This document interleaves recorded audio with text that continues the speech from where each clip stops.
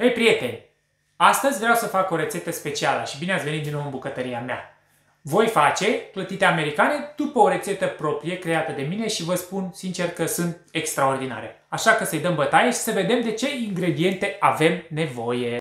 Pentru a realiza clătitele avem nevoie de 2 ouă, un praf de copt, făină, zahăr, așa, un mixer, apă minerală sau apă de la ghiuvetă. Eu prefer apa minerală că iese mai crescute și sunt mai ok. Și acum să-i dăm bătăi. Prima dată spargem ouăle. Stați ca să vă pun un cadru să vedeți și voi mai bine. Să mut puțin camera. Așa. Ups. Deci, prima dată vom sparge ouăle. Haide măi, stai. E foarte dificil să filmez. Hai, stai! Prima dată spargem 2 ouă, pe care le vom mixa cu mixerul cu zahăr. Punem zahăr în funcție de preferințe. Nu am o cantitate exactă de zahăr, eu pun în funcție de preferințe cât vreau să iasă de dulci. O să pun cam 150 de grame de zahăr la 2 ouă. Așa. Iar acum vom bate. Vom bate zahărul cu mixerul, cu ouăle. Îmi cer scuze de zgomot, asta o să încerc să tai la editare. Vom bate ouăle până când zahărul este topit aproape 90% în totalitate. Revin după ce am bătut ouăle. Mulțumesc! Am revenit. După ce am bătut ouăle, uitați, sunt foarte bine bătute, foarte cremoase și foarte multă spumă, eu adaug praful de copt. Adăugăm un praf de copt. Asta este ingredientul principal pe care trebuie să-l adaugi la clătitele americane. E o rețetă proprie, eu am inventat-o. Așa, adăugăm praful de copt și punem apa minerală. Deci, vă spun, dacă nu aveți apă minerală, puteți să folosiți și apă plată. Dar apa minerală, în general, este mai ok pentru clătite, pentru că cresc mai mult. Adăugăm cam 250 de ml pentru porția pe care o vreau eu să o fac de clătite. Și începem să batem și să compoziția cu mixerul până când se îmbibă bine cu praful de copt pentru a putea asta. Să-i dăm bătăi. Batem foarte bine asta.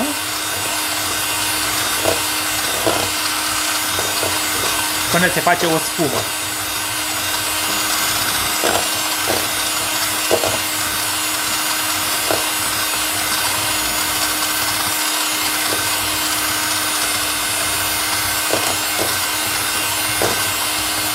Cred că este suficient.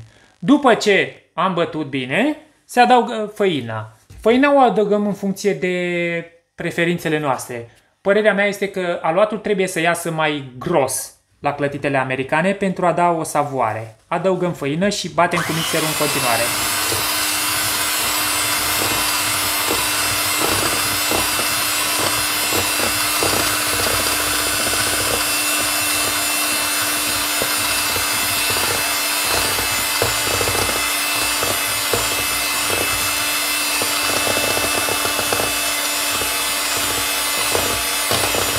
Vedeți? Observați, sper că se aude.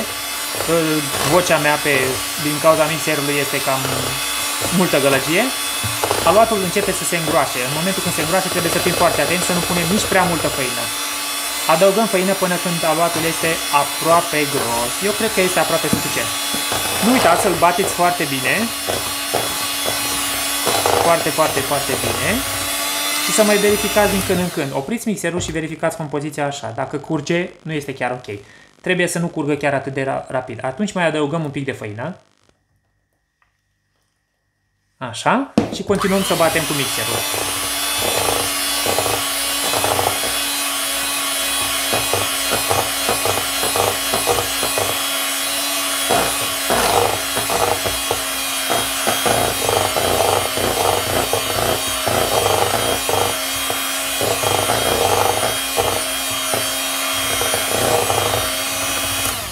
Aluatul este gata.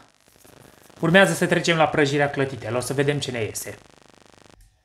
Și pentru a prăji clătitele avem nevoie de o tigaie. Să aprindem focul la răgaz. Punem tigaia și picurăm un strop de ulei. Asta avem nevoie de ulei. Nu punem foarte mult ulei pentru că nu este sănătos. Foarte puțin. Un strop. Ați văzut? Sper că s-a observat pe filmare. Așteptăm să se încingă tigaia și întindem uleiul foarte frumos aici. Nu foarte mult. Clătitele americane sunt făcute într-o, cum să vă explic eu, nu o să trebuiască să le faceți foarte mari, depinde de preferințe. Dacă voi vreți să fie mai mari, este ok, dar dacă vor să fie mai micuțe, sunt mai frumoase și mai bine. Stați puțin că vreau să stabilizez camera, că nu stă. Ca să fie imaginea fix acolo. Atât. Ok. În momentul când tigaia este încinsă, o să punem un pic din aluat. Și o să punem doar pe mijlocul tigăii. Am așa. Nu foarte mult, ca să nu vă iasă foarte mare. Întindeți foarte bine aluatul, cam așa. Clătitele americane, v-am spus, nu trebuie să fie mari. Trebuie să fie mici, rotunde. Mie prima nu mi iese chiar rotundă, dar sper să iasă. Și acum așteptăm să se prăjească. De asta să-i dăm bătăi, să vedem ce iese. În momentul când focul este încins foarte bine, ați pus clătita, așteptați și cum vă dați seama că este prăjită? Ea o să facă niște găurele micuțe aici. Uitați, deja a început să facă găurelele ale micuțe. Mai așteptăm puțin timp pentru a face găurelele ale micuțe și ne dăm seama că ea este ok, că ea este prăjită pe partea interioară, pe partea de dedesubt a tigăii. Am așezat-o pe tigaie. De-aia vă spun că clătitele americane le puteți combina cu gem, dulceață, puteți pune în aluat dacă vreți stafide. Mie nu-mi plac cu stafide. Cel mai mult îmi plac cu gem sau cu dulceață de căpșuni.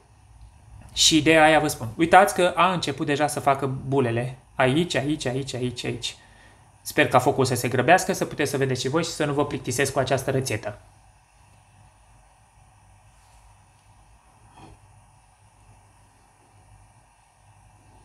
Mai așteptăm puțin.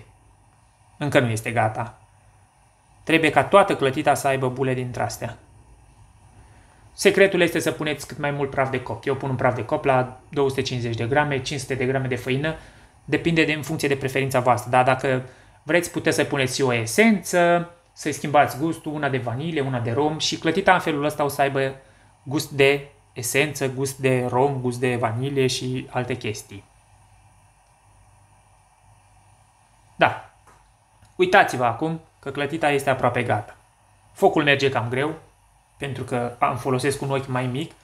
Niciodată să nu folosiți un ochi mai mare, prea mare, pentru că o să le ardeți. Iar acum le vom întoarce pe partea elantă. Vom încerca să o întoarcem.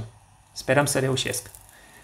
Eu folosesc de obicei două furculițe, pentru că mi este mai ușor, o deslipiesc puțin de pe tigaie, pentru că prima este mai grea de făcut. Întotdeauna prima clătită nu prea mi iese și sper că acum să iasă, dar dacă nu iese, asta este, nu e bai. Și o întoarcem invers. Uitați, textura clătitei este foarte bine, vedeți? Tocmai s-a fript.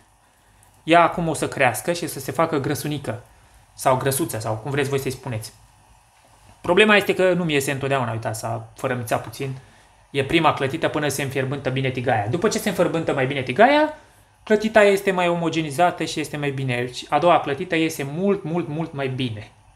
De-aia vă spun. Și acum o lăsăm vreo 30 de secunde, 40 maxim, pe partea elantă pentru a se prăji. O prăjim foarte bine și o să vă mai arăt încă una, dar revin imediat cu un update când tigaia este încinsă. Și acum am revenit. Mai punem un pic de ulei, pentru că tigaia încă nu corespunde atât, doar o picătură. Și continuăm același procedeu cum ați văzut la prima clătită. Acum sperăm că a doua clătită să iasă mai bine, pentru că tigaia este încinsă. Și focul își face treaba. Iar acum o să încerc să fac una un pic mai mare. Punem aluatul fix pe mijloc. Și nu încercăm să-l împrăștiem prea mult. Îl întindem, dar foarte puțin. Cam așa. Mișcăm tigaia, oscilăm în toate pozițiile pentru ca tigaia să iasă bun. Și acum așteptăm să se pregătească. Ea nu e chiar pe mijlocul tigăii, dar important e să fie clătită la rotund. Uitați, aici un pic de mizerie, dar nu mai contează. Așa e când gătești, nu poți să fii perfect. Chiar dacă tai la editare, sunt alți vloggeri care taie la editare, dar eu nu o să tai asta. Vreau să vă arăt în mod natural cum se face o clătită și cum trebuie făcut. Așteptăm să se facă, cum v-am spus mai înainte. Clătita trebuie să capete niște bule aici, care se sparg. Și este gata pe partea respectivă. După aia o întoarcem și o lăsăm 30-40 de secunde. Eu o întorc cu două furculițe, mie mai ușor, nu cu o spatulă, nu cu nimic. Mie mai ușor cu furculițele, nu știu de ce, așa m-am obișnuit, așa îmi place. De asta spun că trebuie ca clătitele să fie cât mai bune. Am revenit, uitați clătita pe partea asta, am lăsat-o cam mult. M-am concentrat că să se facă bine și este un pic mai crocantă. Dar arată ok și este comestibilă, vă spun sincer. Sper să vă placă clătitele mele, revin cu un update când am terminat clătitele și sper să vă placă. Uitați clătita numărul 3. Așa o să continui până când se face toate clătitele. Vedeți? Deja are bule. În momentul ăsta trebuie întoarse foarte repede pentru că se arde. De aia vă spun că trebuie să avem grijă cum o întoarcem pentru că este cu o spatulă poate pentru cineva este mai ușor. Pentru mine mi-e așa. Uitați-o cât de crocantă și rumenă este. Este clătită americană. Arată foarte bine, este comestibilă, credeți-mă. Am făcut rețeta asta de nenumărate ori și vreau să vă propun și vouă. Poate o să vă placă, poate vă ajută, dacă o încercați să-mi spuneți. Haideți că chiar revin cu un update când am terminat toate clătitele de făcut și sper să vă placă. Da, și am revenit cu un update. Uitați aici clătitele. Mie mi-au ieșit o bucăți, uitați cât sunt de frumoase, de aspectoase. O să rup o bucată să vedeți cât sunt de pufoase și de consistente. Uitați consistența lor. Sunt foarte crescute, sunt foarte bune. Se servesc cu gem, se servesc cu dulceață, cu Nutella, cu fineti. Uitați cât sunt de crocante. În speranța că vă plăcut rețeta mea, vă aștept data viitoare la o nouă rețetă. Vă mulțumesc și nu uitați de share, like și subscribe.